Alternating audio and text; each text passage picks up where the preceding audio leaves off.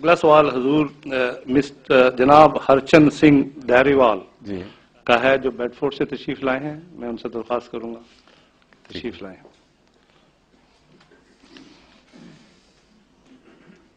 یہ asset African سکھ ہیں یا براہ راست پنجاب سے تشریف لائے ہیں؟ یہ بیڈ فورڈ سے تشریف لائے. نہیں وہ تو ہے، میں کہتا ہوں ایسٹ افریقہ سے ہو کے آئے ہیں یا براہ راست پنجاب سے تشریف لائے ہیں؟ یہ آپ سے پنجاب سیدھا، ٹھیک ہے. میں ہرچند سنگھ تالیوال ہوں اور میں گرو نانک ਨੂੰ ਮੰਨਦਾ. ਜਦੋਂ ਬਾਬਾ ਮੱਕੇ ਗਏ ਸਨ ਉੱਥੇ ਕੀ ਪ੍ਰਸ਼ਨ ਉੱਤਰ ਹੋਏ ਸੀ ਔਰ ਤੁਹਾਡਾ ਉਹਨਾਂ ਵਾਸਤੇ ਕੀ ਖਿਆਲ ਹੈ؟ تشریف رکھو.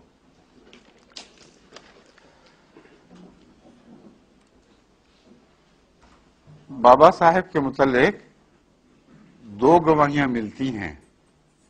ایک یہ کہ وہ مکے گئے تھے، ایک یہ کہ وہ بنارس بھی گئے، اور دوسرے ہندوؤں کے جو بڑے بڑے مرکز تھے وہاں بھی گئے.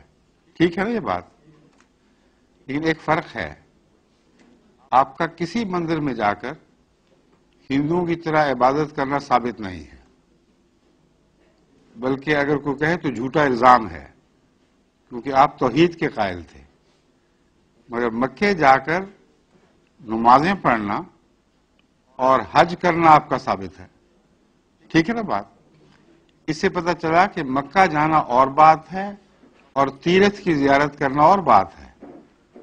وہاں پیغام توحید دینے گئے تھے، اور مکے میں جا کر آپ نے جب مسلمانوں والے فرائض سر انجام دیے، اس سے پتہ چلتا ہے کہ وہ اللہ تعالیٰ کے ایک برگزیدہ ولی مسلمان انسان تھے. ایک بات آپ کی روایتوں میں ایسی داخل ہے جس کی وجہ سے وہ لوگ جو پسند نہیں کرتے کہ گرو بابا نانک کو ایک مسلمان ولی مانا جائے، وہ دلیل کے طور پر پیش کرتے ہیں کہ وہ ولی نہیں تھے بلکہ اپنا مذہب ایک نیا تھا اور مرتبہ تھا. وہ واقعہ یہ بیان کرتے ہیں کہ آپ خانہ کعبہ کی طرف ٹانگیں کر کے بیٹھے ہوئے تھے، اور کسی متولی نے آپ کو آ کے روکا اور کہا یہ مناسب نہیں ہے. تو انہوں نے جس طرف ٹانگیں کی، خانہ کعبہ اٹھ کے اس طرف چلا گیا. یہ روایت ہے جو آپ کے لٹریچر میں داخل ہے. اگر اس کو آپ سچا مانیں تو خانہ کعبہ تو خدا کی توحید کا نشان ہے. حضرت گرو بابا نانک کے اوپر بڑا حرف آئے گا پھر کہ اللہ تعالیٰ کی توحید آپ کے پاؤں کے نیچے ہے. یہ یا تو کشفی نظارہ ہے اس کو بتانے کے لیے کہ خانہ کعبہ تو دراصل خدا کا مظہر ہے اور خدا ہر جگہ ہے، اس لیے ٹانگیں جدھر بھی کرو گے وہاں خدا موجود ہوگا. یہ وہ بات ہے جو قرآن کریم نے اسی طرح بیان فرمائی ہے. خانہ کعبہ کے ذکر پہ فرماتا ہے فَأَيْنَمَا تَوَلُّوا فَثَمَّ وَجْهُ اللَّهِ.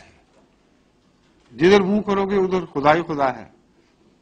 تو یہ چونکہ قرآنی مضمون کے مطابق ہے، اس لیے میں اس کی یہ تعبیر کرتا ہوں کہ اس شخص کو سمجھانے کے لیے کہ یہ ولی اللہ انسان ہے، تم اس کی حکمتیں نہیں سمجھتے، یہ نظارہ دکھا دیا گیا ہوگا.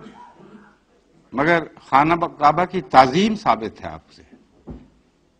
پھر کبھی ایک دفعہ بھی یہ واقعہ ثابت نہیں کہ آپ نے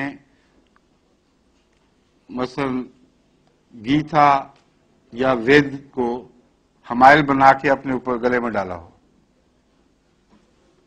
مگر جس کو آپ پوتھی شریف کہتے ہیں وہ قرآن کریم ہے. وہ گردن میں حمائل رہتا تھا، جس کا مطلب ہے کہ آپ کلام الہی کی عزت کرتے تھے، اس کو سچا جانتے تھے. پھر آپ کا چولا ہے جو اس پر لا الہ الا اللہ محمد رسول اللہ، سورہ فاتحہ اور تمام قسم کی دعائیں اور قرآنی آیات لکھی ہوئی ہیں. ایک شخص جو کسی مذہب کا منکر ہو اور قول کا سچا ہو اور بہادر ہو، وہ کیا لوگوں کے سامنے جھوٹا دکھاوا کر سکتا ہے؟ مذہب کوئی اور ہو اور دکھائے کچھ اور. اس لیے حضرت گرو بابا نانک کی عزت کا تقاضا ہے کہ جو انہوں نے اپنے آپ کو دکھایا وہی ان کے دل کا حال جانے. بس ہم تو اس تاریخ سے حوالہ دیں گے جس کے ثبوت زندہ موجود ہیں. چولا بابا نانک آج تک ڈیرہ بابا نانک میں موجود ہے، اس کی زیارت بھی ہوتی ہے. یہاں اس کے جو متولی ہیں انہوں نے اس کی ویڈیو یہاں آ کے دکھائی بھی ہم سب کو. صاف اس میں لا الہ الا اللہ محمد رسول اللہ سورہ فاتحہ اور کلمات الہی دکھائی دیتے ہیں، بلکہ پڑھے جاتے ہیں. اور پوتھی کے متعلق جیسا کہ میں بیان کروں، حضرت مسیح موعود علیہ السلام نے شروع سے یہ کہنا شروع کیا کہ خدا تعالیٰ سے اطلاع پا کر آپ نے بتایا کہ یہ پوتھی جو ہے قرآن کریم ہے، اور آج تک کسی سکھ نے انکار نہیں کیا. چولا بابا نانک نے کبھی انکار نہیں کیا. اور یہ بات سکھ قوم کی کم سے کم بنیادی شرافت کی مظہر ضرور ہے. مولوی انکار کر دیتے ہیں بات کا، سکھ خاموش ہو جاتے ہیں. وہ دوسرے دلیلوں کے ذریعے ٹالنے کی بات کوشش ضرور کرتے ہیں، مگر جھوٹ نہیں بولتے اس معاملے میں.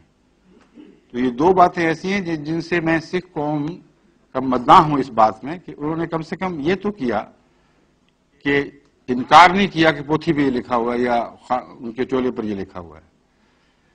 ایک اور بات جو گرو بابا نانک کے متعلق سکھ پیش کرتے ہیں، وہ کہتے ہیں انہوں نے ملا کے خلاف بہت کچھ کہا ہے. جس طرح پنڈت کے خلاف کہا اس طرح ملا کے خلاف بھی کہا. یہ درست ہے، لیکن میں ان سے پوچھتا ہوں کہ جس طرح ویدوں کے خلاف کہا، قرآن کے خلاف بھی کچھ کہا؟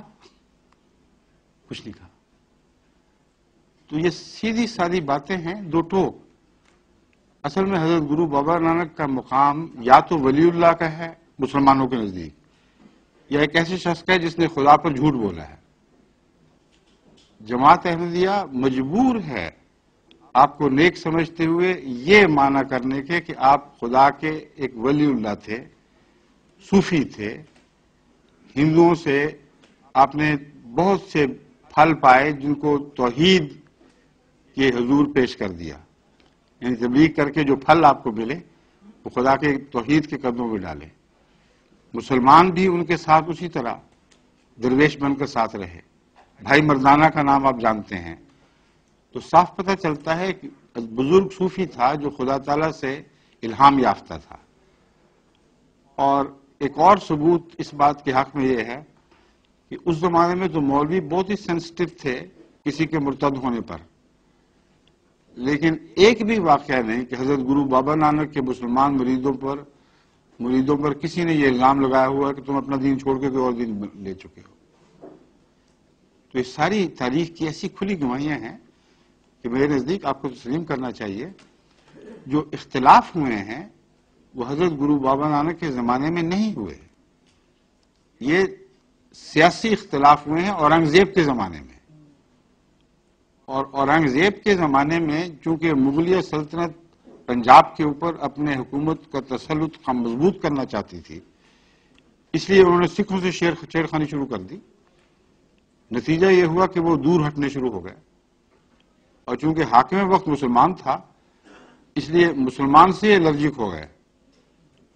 بس ایک سیاسی جنگ تھی جس نے مذہب کو تبدیل کر دیا. یہ میرا تاثر ہے. شکریہ.